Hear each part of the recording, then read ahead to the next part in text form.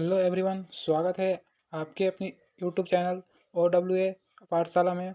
तो आज हम करेंगे हिंदी का दूसरा अध्याय जिसमें कहानी का नाम है उसने कहा था, जो बहुत ही प्रसिद्ध कहानी है जिसके लेखक चंद्रधर शर्मा गुलेरी जी हैं। तो देखेंगे इसमें के सबसे पहले प्रश्न को। जो प्रश्न ये है, उसने कहा था कि लेखक कौन है। तो उसने कहा था कि लेखक हमने आगे ही देखा है, जिस नाम है उनका चंद्रधर शर्मा गुलेरी। हम अपने दूसरे प्रश्न को देखेंगे, उसमें कहा गया है कि उसने कहा था कहानी कब लिखी गई। तो चंद्रधर शर्मा गुलेरी जी द्वारा 1915 में इस कहानी को लिखा गया।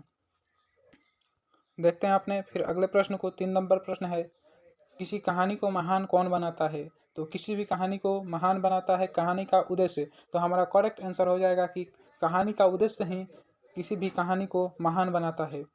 चौथा प्रश्न है, चंद्रधर शर्मा गुलेरी जी का जन्म कब हुआ था। तो उसने कहा था कि लेखक का जन्म यानी चंद्रधर शर्मा गुलेरी जी का जन्म 7 जुलाई 1883 ईस्वी को हुआ था। देखते हैं अपने अगले प्रश्न को। जो 5वां प्रश्न है, चंद्रधर शर्मा गुलेरी जी की वृत्ति क्या थी। उनकी वृत्ति अध्यापन थी। गुलेरी जी को सर्वाधिक प्रसिद्ध कहानी कौन सी है। तो गुलेरी जी के सबसे अधिक जो प्रसिद्धि उन्हें प्राप्त हुई, जिस चीज़ से वो प्रसिद्ध हुए, तो उस कहानी का नाम है उसने कहा था। अगला प्रश्न है, गुलेरी जी कैसी कविताएं लिखते थे। तो गुलेरी जी देश प्रेम संबंधी कविताएं लिखते थे, और ये उसने कहा था जो कहानी है वो भी देश प्रेम संबंधी ही है। तो देखते हैं अपने अगले प्रश्न को। गुलेरी जी किस भाषा के जानकार थे। तो आपको बता दें, गुलेरी जी 3 भाषा के जानकार थे। जो पहला है हिंदी, संस्कृत और अंग्रेजी, वे तीनों भाषा के जानकार थे। हमारा अगला प्रश्न है, गुलेरी जी ने प्रमुख रूप से कितनी कविताएं लिखी। तो गुलेरी जी ने प्रमुख रूप से 3 कविताएं लिखी है, और तीनों कविताएं का नाम हमारे इस सेशन के सबसे अंतिम प्रश्न में दिया गया है। तो देखते हैं अपने अगले प्रश्न को। चंद्रधर शर्मा गुलेरी किस युग के कवि थे। तो चंद्रधर शर्मा गुलेरी जी द्विवेदी युग के कवि थे। अगला प्रश्न है, उसने कहा था कहानी पर किस फिल्मकार ने फिल्म बनाई। तो बिमल राय ने फिल्म बनाई थी उसने कहा था, और यूट्यूब पे अभी भी उपलब्ध है, आप देख सकते हैं। उसने कहा था मूवी का नाम है, और बिमल राय द्वारा बनाया गया है। इसी कहानी का अंश है उसमें। तो देखते हैं अपने अगले प्रश्न को। गुलेरी जी के किस कहानी का नाट्य रूपांतरण हुआ था। तो गुलेरी जी का सबसे प्रसिद्ध कहानी जिसका नाम है उसने कहा था, उसी का नाट्य रूपांतरण हुआ था। 13वां प्रश्न है, जो बार बार हमारे एग्जाम में पूछता है, तो इसे ध्यान देंगे थोड़ा। बिना फेरे घोड़ा बिगड़ता है और बिना लड़े सिपाही किसने कहा था। तो कहानी का एक पात्र है जिसमें उसका नाम क्या है, लहना सिंह। लहना सिंह ने कहा था कि बिना फेरे घोड़ा बिगड़ता है और बिना लड़े सिपाही। अगला प्रश्न है, तुम राजा हो, मेरे मुल्क को बचाने आए हो, ये बात कौन करता है।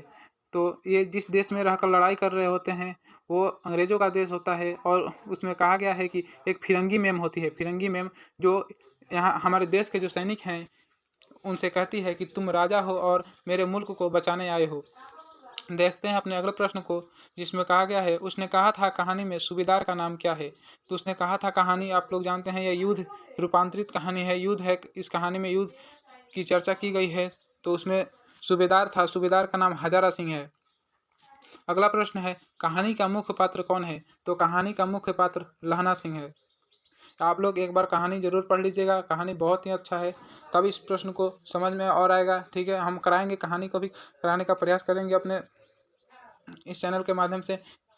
हमारा अगला प्रश्न है, निमोनिया से मरने वालों को मुरब्बे नहीं मिला करते, किसने कहा था। तो निमोनिया से मरने वालों को मुरब्बे नहीं मिला करते, ये वजीरा सिंह ने कहा था। और वजीरा सिंह कौन था। तो वजीरा सिंह उस जो सेना की पलटन थी, उस पलटन का वो विदूषक था। विदूषक किसे बोलते हैं। विदूषक उसे बोलते हैं जो एक जगह से दूसरे जगह किसी सूचना को पहुंचाता है, उसे विदूषक बोलते हैं। हमारा 8वां प्रश्न है, लफ्टन साहब कौन थे। लफ्टन साहब थे उस पलटन का उच्च अधिकारी थे, जो पलटन उस देश में रहकर युद्ध कर रहा था, वो वहाँ के उच्च अधिकारी थे लफ्टन साहब। और आप लोगों से बता दूं कि लफ्टन का स्पेलिंग ये होता है LIEUTNANT। बहुत से लोगों को लेफ्टिनेंट का स्पेलिंग नहीं मालूम होता है, इसे हम लेफ्टिनेंट बोलते हैं, और हिंदी में लेफ्टिनेंट बोलते हैं। जो उस लेफ्टिनेंट के पलटन का उच्च अधिकारी होता है उसे लेफ्टिनेंट बोलते हैं, और इसका इंग्लिश ये होता है। देखते हैं अपने अगले प्रश्न को। सूबेदार जी सच है पर क्या करें, हड्डियों में जाड़ा धस गया है। यहाँ पे थोड़ा टाइपिंग मिस्टेक हो गया है, कि ये बात किसने कहा है, तो ये बात लहना सिंह ने कहा है। चलते हैं अब अगले प्रश्न की ओर। 20 नंबर प्रश्न है जो बहुत बार पूछा गया है और हमेशा पूछता है, तो इस पे ध्यान दीजिएगा थोड़ा। इसमें कहा गया है तेरी कुड़माई हो गई है। क्या कहा गया है? तेरी कुड़माई हो गई है किस कहानी का वाक्य है? तो ये इसमें उस कहानी का सबसे सबसे पसंदीदा वाक्य है जो कहा गया है तेरी कुड़माई हो गई है। यानी लहना सिंह पूछता है उस लड़की से कि तेरी कुड़माई हो गई है। कुड़माई का मतलब होता है सगाई। तो ये किस कहानी का वाक्य है? तो उसने कहा था कहानी का वाक्य है। ठीक है। 21 नंबर प्रश्न है लहना सिंह के भतीजे का क्या नाम था? तो लहना सिंह के भतीजे का नाम कीरत सिंह था। 22 नंबर प्रश्न देखेंगे लहना सिंह किस देश के विरुद्ध युद्ध करने गया था? तो लहना सिंह जर्मनी के विरुद्ध युद्ध करने गया था, यानी दूसरे किसी और देश के तरफ से था। और किसके विरुद्ध था? तो जर्मनी के विरुद्ध था। देखते हैं अपने अगले प्रश्न को। लहना सिंह का पलटन किस देश में रहकर युद्ध कर रहा था? तो लहना सिंह फ्रांस देश में रहकर युद्ध कर रहा था। और लहना सिंह किस देश की ओर से युद्ध कर रहा था? अगला प्रश्न था किसके विरुद्ध में युद्ध कर रहा था? तो वो जर्मनी के विरुद्ध में युद्ध कर रहा था। और किस देश के मतलब किस देश के साथ युद्ध कर रहा था, किस देश की ओर से युद्ध कर रहा था? ये यहाँ पे जो क्वेश्चन है थोड़ा ध्यान दीजिएगा। किस देश की ओर से युद्ध कर रहा था? तो वो होगा इंग्लैंड। ठीक है। हम अपने अगले प्रश्न की ओर बढ़ते हैं। इसमें दिया गया है जर्मनी की राजधानी कहाँ है? तो देखेंगे जर्मनी की राजधानी बर्लिन है। बर्लिन जर्मनी की राजधानी है। तो हम अपने अगले प्रश्न की ओर देखते हैं। कहानी की शुरुआत में लड़का एवं लड़की की मुलाकात किस शहर में होती है? तो कहानी की शुरुआत में लड़का और लड़की की मुलाकात अमृतसर में होती है। ठीक है। देखते हैं अपने अगले प्रश्न को। उसने कहा था किस प्रकार की कहानी है? इसे हम जितना स्टार लगा सके उतना ही कम है। ये कहानी बार बार पूछा जाता है और इसमें स्टूडेंट बहुत सारे गलती कर देते हैं। और ये कहानी जो है उसमें का ये सबसे मतलब पसंदीदा प्रश्न बोल दिया जाए तो कोई दिक्कत नहीं है। और उसने कहा था कहानी किस प्रकार की कहानी है? तो ये कर्म प्रधान कहानी है। ठीक है। चलते हैं अपने अगले प्रश्न की ओर।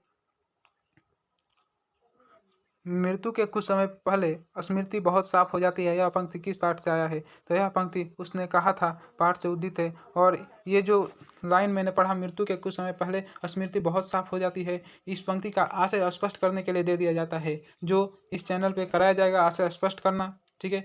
तो ये प्रश्न भी बहुत भी प्रश्न है। ठीक है। अगला प्रश्न है गुलेरी जी ने किन पत्रिकाओं का संपादन किया था? तो गुलेरी जी ने समालोचक, काशी नगरी, प्रचारणी पत्रिका आदि इन पत्रिकाओं का संपादन किया था। और हम बोले थे कि हमारा जो अगला प्रश्न है और ये सेकंड लास्ट प्रश्न है जो है गुलेरी जी की महत्वपूर्ण कहानी बताए। तो गुलेरी जी ने 3 कहानियाँ लिखी थी। जो पहला कहानी है सुखमय जीवन जो 1911 में लिखा गया। और बुद्ध का कांटा जो वो भी 1911 में लिखा गया। और सबसे फेवरेट और सबसे प्रसिद्ध कहानी है जिसके कारण अत्यधिक प्रसिद्धि प्राप्त हुई वो है उसने कहा था, जो 1915 ईस्वी में लिखा गया। जिस कहानी के बारे में हम आज पढ़ रहे थे उस कहानी का नाम था उसने कहा था। और वो लिखा गया था कब? 1915 में। ठीक है। हमारा सबसे लास्ट प्रश्न ये है उसने कहा था कहानी है, यानी उसने कहा था जो कहानी है वह कैसी कहानी है? तो वो कहानी दिव्य प्रेम की कहानी है। ठीक है। तब तक मिलते हैं अगले वीडियो में। तब तक के लिए जय हिंद। पढ़ते रहें।